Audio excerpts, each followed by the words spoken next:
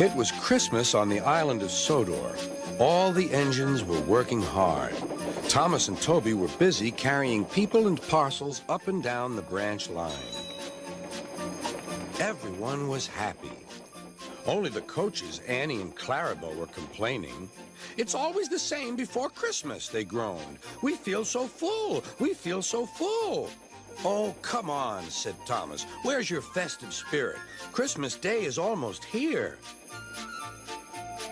By the side of the track was a little cottage with a familiar figure waving to them. "It's Mrs. Kindley," whistled Thomas. "Beep, beep! Happy Christmas!" Thomas always felt better for seeing her. "Christmas just wouldn't be Christmas without Mrs. Kindley," he said to himself. When work was over, Thomas went to see the other engines. All their coats had been polished. "Huh," said Gordon. "Just look at us. Your driver will have to work fast to get you as smart as us." "Never mind that," replied Thomas. "I've something important to say. Do you realize it's been a whole year since Mrs. Kindley saved us from a nasty accident?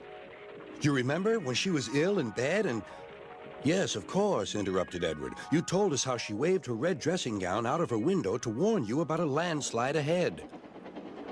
"And you and Toby gave her presents?" Percy joined in. "And Sir Topham Hatt sent her to the seaside to get better."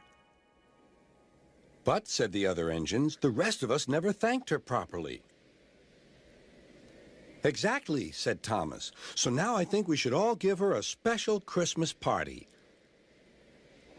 Everyone was getting very excited, and the drivers felt sure that Sir Topham Hatt would agree, as indeed he did.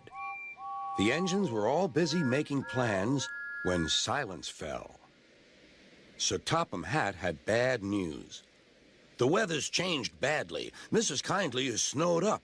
Toby says he'll help to rescue her. You must help too, Thomas. There's no party unless you do." Thomas hated snow, but he said bravely, "I'll try, sir. We must rescue her. We must." "There's a good engine. You and Toby will manage splendidly." Thomas charged the snowdrifts fiercely. Sometimes he swept them aside, sometimes they stuck fast, and the men had to loosen them.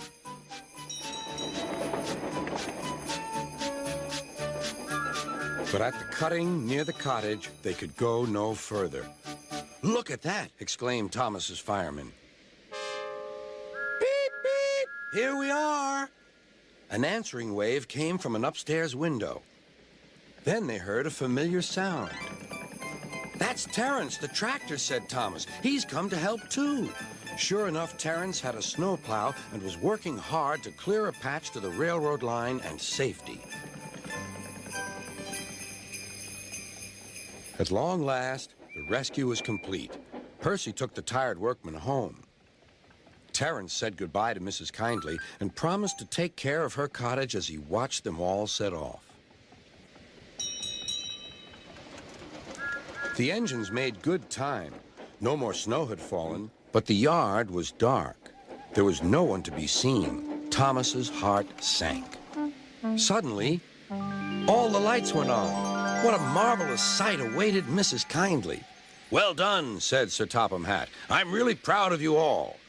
Mrs. Kindley especially thanked the smaller engines. "Thomas and Toby are old friends," she said. "And now, Percy, you are my friend too." Percy was very pleased. "3 cheers for Mrs. Kindley," he called. "Beep, beep, beep." They all whistled. "We wish you a Merry Christmas, we wish you a Merry Christmas, we wish you a Merry Christmas and a Happy New Year."